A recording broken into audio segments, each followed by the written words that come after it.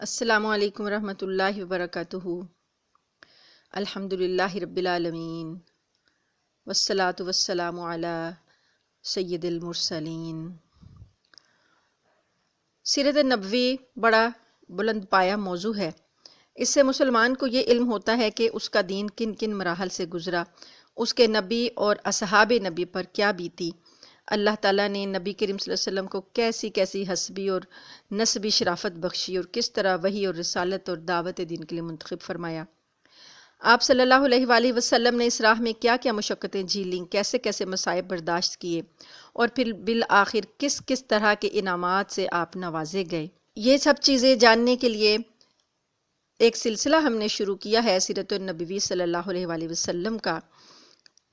مقصد اس کا یہ ہے کہ ہماری نئی نسل، نوجوان نسل اور خاص طور پہ بچے جو ہیں ان کے اندر نبی کریم صلی اللہ علیہ وآلہ وسلم کی محبت پیدا کی جائے۔ آپ کے سیرت کا تذکرہ سننے کے بعد ان کے دلوں میں نبی کریم صلی اللہ علیہ وسلم کی محبت پیدا ہو۔ اللہ تعالیٰ سے دعا ہے کہ اللہ تعالیٰ ہمارے اس سلسلے کو قبول اور منظور فرمائے۔ آج اس سلسلے کی پہلی قسط ہے۔ اللہ کی توفیق سے شروع کرتے ہیں۔ بلغ العلا بکمالہ کشف الدجا بجمالہ حسنت جمیع خصالہ صلو علیہ وآلہ۔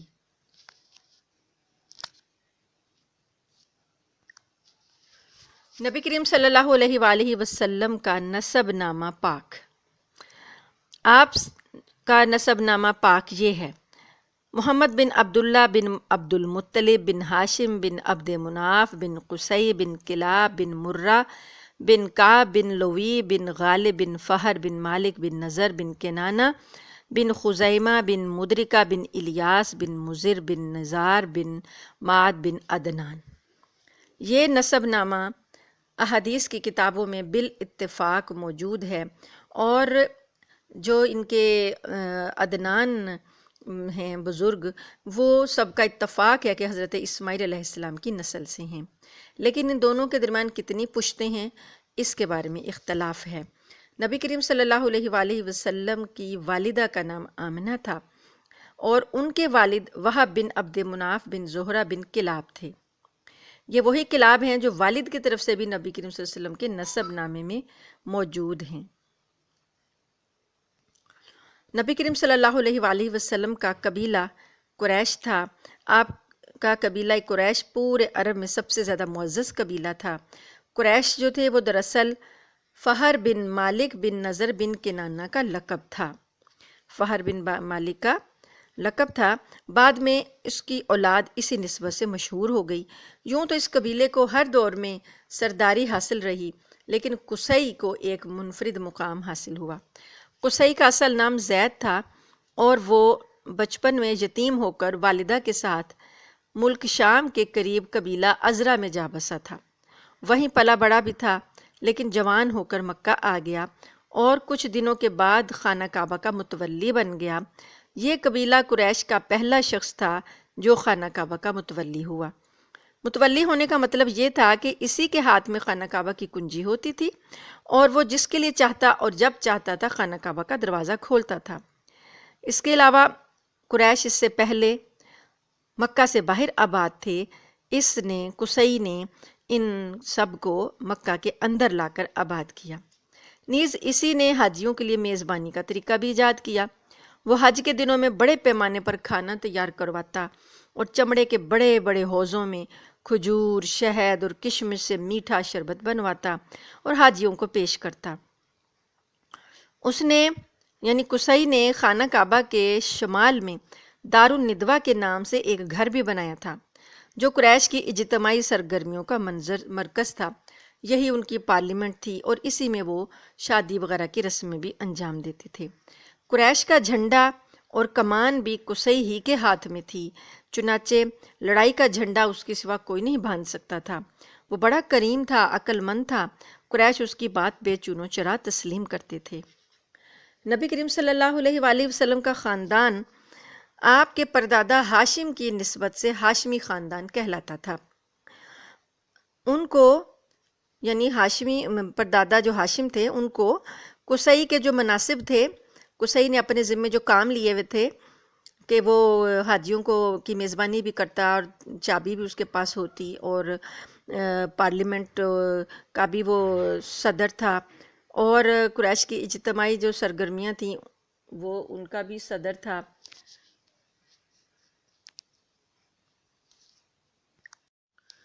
جھنڈا اس کے ہاتھ میں ہوتا تھا، اور کمان بھی اس کے ہاتھ میں ہوتی تھی۔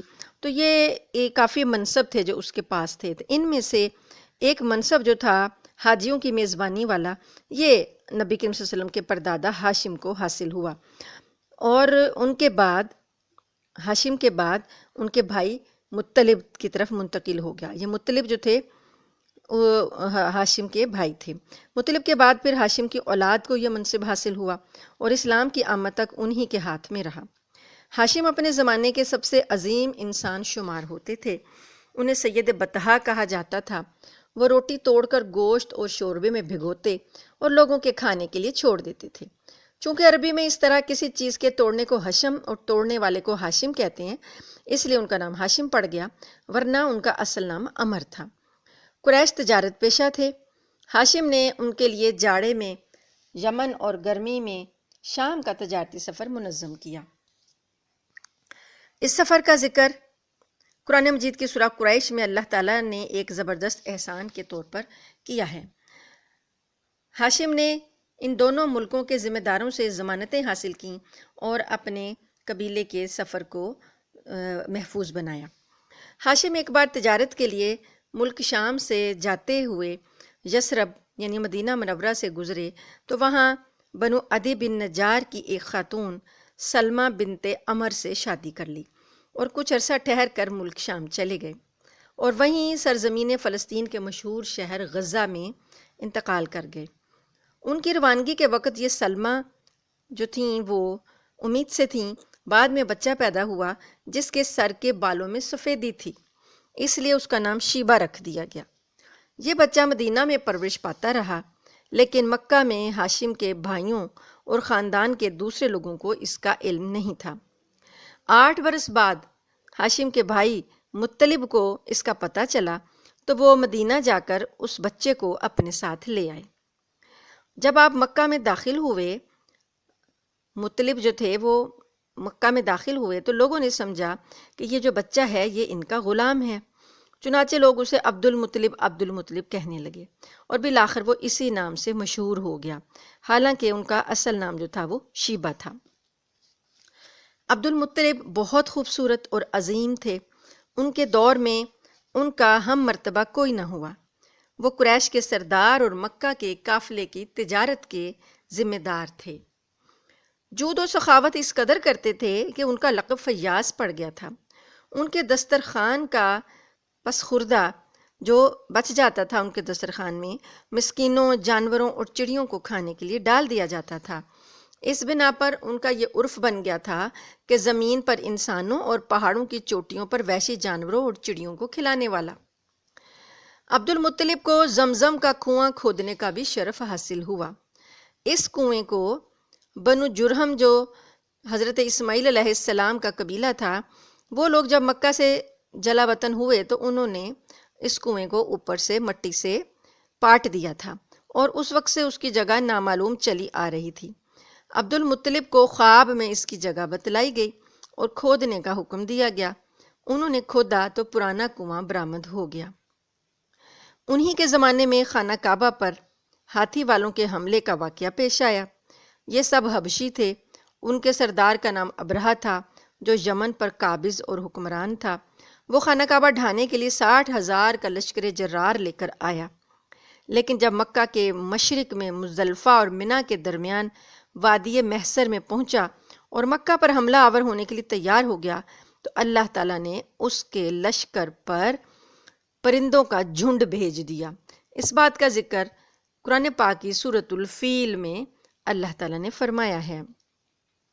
چنانچہ وہ پرندوں نے ابابیل، لفظ قرآن پاک نے ان کو کہا ہے، انہوں نے اس پر ٹھیکری جیسے پتھر برسا دیے، اور وہ سارا کا سارا لشکر کھائے ہوئے بھس کی طرح سے ہو گیا۔ یہ واقعہ، اصحاب الفیل کا واقعہ، نبی صلی اللہ علیہ وآلہ وسلم کی پیدائش سے 50 یا 55 دن پہلے پیش آیا۔ نبی کریم صلی اللہ علیہ وآلہ وسلم کے والد حضرت عبداللہ عبد المطلب کے سب سے خوبصورت پاک دامن اور چہیتے لڑکے تھے۔ انہیں ذبیح بھی کہا جاتا ہے۔ عبد المطلب کے 10 بیٹے تھے جن کے نام یہ ہیں: حارث، زبیر، ابو طالب، عبداللہ، حمزہ، ابو لہب، غیداق، مقوم، صفار اور عباس۔ ان میں جو عبداللہ تھے وہ سب سے زیادہ خوبصورت اور چہیتے تھے۔ عبد المطلب نے زمزم کی کھدائی کے دوران جب کنویں کے نشانات برآمد ہوئے تو قریش نے ان سے جھگڑا جب کیا تو انہوں نے چاہا کہ ہمیں بھی اس میں شرکت کرواؤ، تو عبد المطلب نے انکار کر دیا کیونکہ اس سے پہلے وہ کھدائی میں شریک نہیں ہوئے تھے۔ تو عبد المطلب نے پھر جب انکار کیا تو وہ لوگ جھگڑنے لگے۔ اس وقت عبد المطلب نے نظر مانی کہ اگر اللہ نے ان کو 10 لڑکے دے دیے اور ہر ایک مقابلے کے لائق ہوا تو ان میں سے ایک کو وہ اللہ کی راہ میں ذبح کر دیں گے۔ اب اللہ کا کرنا ایسا ہوا کہ ان کی یہ مراد پوری ہو گئی۔ 10 لڑکے جوان ہو گئے اور کام کاج کرنے کے قابل ہو گئے۔ چنانچہ انہوں نے سب لڑکوں کے درمیان قرہ ڈالا۔ قرہ عبداللہ کے نام نکلا، لہٰذا ان کو ذبح کرنے کے لیے خانہ کعبہ کے پاس لے گئے، مگر قریش نے انہیں روک دیا۔ بالخصوص عبداللہ کے بھائی اور ماموں سخت آڑے آئے۔ بالآخر یہ فیصلہ ہوا کہ ان کے بدلے میں 100 اونٹ ذبح کیے جائیں گے۔ 100 اونٹ کا بھی جو ہے وہ ایک ذبح کرنے کا واقعہ ایک دلچسپ واقعہ ہے کہ عبد المطلب نے جب لوگوں کو اپنی نظر سے آگاہ کیا کہ میں نے تو یہ نظر مانی تھی، اس لیے اب قرہ عبداللہ کے نام نکلا ہے تو مجھے اسی کو قربان کرنا ہے، تو پہلے لوگ اس طریقے سے قربانی کی نظر مانا کرتے تھے۔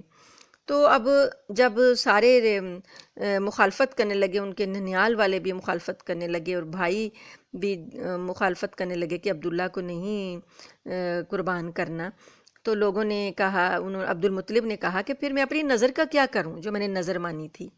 تو وہاں پر قریش کے لوگوں نے اور عبداللہ کے ننیال والوں نے کہا کہ یہاں پر ایک خاتون ہے جو کہ فال نکالتی ہے، عرافہ اس کو بولتے تھے، تو وہ اس سے پوچھیں، وہ آپ کو کوئی اس مسئلے کا حل بتائے گی۔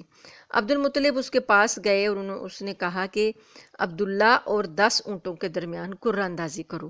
پہلے ایک شخص کی جان کے بدلے میں 10 اونٹ دیے جاتے تھے، یعنی یہ فدیہ ہوتا تھا ایک جان کا۔ تو اس نے کہا کہ تم 10 اونٹ ایک جگہ لکھو، دوسری جگہ عبداللہ کا نام لکھو، تو قرہ ڈالو، تو جب تک قرہ اونٹوں کے نام نہ نکل آئے تب تک 10 اونٹ بڑھاتے رہو۔ تو اسی طریقے سے کیا گیا، عبداللہ کے نام ہی ہر دفعہ میں قرہ نکلتا رہا تو عبد المطلب 10 اونٹوں پر بڑھاتے گئے، اور پھر جب 100 اونٹ ہو گئے تو پھر جا کر قرہ اونٹوں کے نام نکلا۔ تو اس طریقے سے عبد المطلب نے عبداللہ کے بدلے میں 100 اونٹ قربان کیے، اور اونٹوں کو قربان کر کے وہیں پر چھوڑ دیا گیا۔ کسی انسان کے لیے کوئی پابندی نہیں تھی، کھانے والے جتنا چاہیں وہاں سے لے جا سکتے تھے۔ اس واقعے سے پہلے جو 10 اونٹوں کی دیت تھی، اب اس واقعے کے بعد ایک جان کا بدلہ دیت یا فدیہ جو ہے یا خون بہا جسے کہتے ہیں، وہ 100 اونٹ مقرر ہوا، اور یہ 100 اونٹ اسلام کے آنے کے بعد بھی قائم رہا، اور آج بھی عربوں میں ایک شخص کا جو خون بہا ہے وہ 100 اونٹ ہی ہے۔ اس طریقے سے عبداللہ کی جو جان بچی تو اس لیے ان کو ذبیح بھی کہا جاتا ہے۔ اور ایک اور بات، نبی کریم صلی اللہ علیہ وآلہ وسلم نے خود یہ فرمایا کہ میں 2 ذبیحوں کی اولاد ہوں۔ ایک ذبیح تو یہ عبداللہ ہیں جن کا یہ واقعہ آپ نے سنا، دوسرے جو حضرت اسماعیل علیہ السلام کی نسل سے ہیں آپ صلی اللہ علیہ وسلم، تو حضرت اسماعیل علیہ السلام کو بھی مینڈھے کا فدیہ دیا گیا تھا، ان کو بھی اللہ تعالیٰ نے کی راہ میں ذبح کرنے کے لیے ان کے والد ابراہیم علیہ السلام نے جب لٹا دیا تھا تو اللہ پاک نے مینڈھا بیچ کر فدیہ دیا اور اسماعیل علیہ السلام کو بچایا۔ تو وہ بھی ذبیح اللہ کہلاتے ہیں، تو اسی نسل سے ہیں نبی کریم صلی اللہ علیہ وسلم، تو اس طرح آپ 2 ذبیح کی اولاد کہلائے۔ عبداللہ جو تھے والد نبی کریم صلی اللہ علیہ وسلم کے، ان کی شادی آمنہ بنت وہب سے ہوئی۔ یہ آمنہ جو تھیں یہ اس وقت قریش کی سب سے بلند پایہ خاتون تھیں۔ ان کا باپ وہب بن بھی بنو زہرہ کا سردار تھا اور عالی نسب تھا۔ آمنہ شادی کے بعد ہی امید سے ہو گئیں۔ ادھر کچھ عرصے بعد عبد المطلب نے اپنے بیٹے عبداللہ کو تجارت کے سلسلے میں مدینہ یا شام بھیجا۔ واپسی پر وہ مدینہ کے اندر انتقال کر گئے اور انہیں نابغہ ذبیانی کے مکان میں دفن کر دیا گیا۔ اس وقت تک نبی صلی اللہ علیہ وآلہ وسلم پیدا نہیں ہوئے تھے۔ جب عبداللہ کے انتقال کی خبر مکہ پہنچی تو آپ کی زوجہ محترمہ حضرت جو آمنہ ہیں، انہوں نے نہایت درد انگیز مرثیہ کہا، اور اس جو اشعار انہوں نے کہے ان کا ترجمہ یہ ہے: بطحہ کی آغوش ہاشم کے صاحبزادے سے خالی ہو گئی، وہ بانگ و خروش کے درمیان ایک لحد میں آسودہ خواب ہو گیا، اسے موت نے ایک پکار لگائی اور اس نے لبیک کہہ دیا۔ اب موت نے لوگوں میں ابن ہاشم جیسا کوئی انسان نہیں چھوڑا۔ کتنی حسرتناک تھی وہ شام جب لوگ انہیں تخت پر اٹھائے لے جا رہے تھے، اور اگر موت اور موت کے حوادث نے ان کا وجود ختم کر دیا ہے تو ان کے کردار کے نقوش نہیں مٹائے جا سکتے۔ وہ بڑے دانا اور رحم دل تھے۔ یہ وہ اشعار جن کا ترجمہ ہے جو کہ حضرت آمنہ نے عبداللہ کی وفات پر کہے۔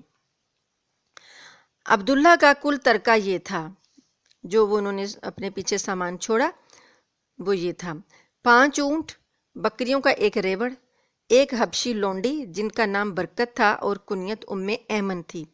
یہی ایمن ہیں جنہوں نے رسول اللہ صلی اللہ علیہ وآلہ وسلم کو گود کھلایا تھا۔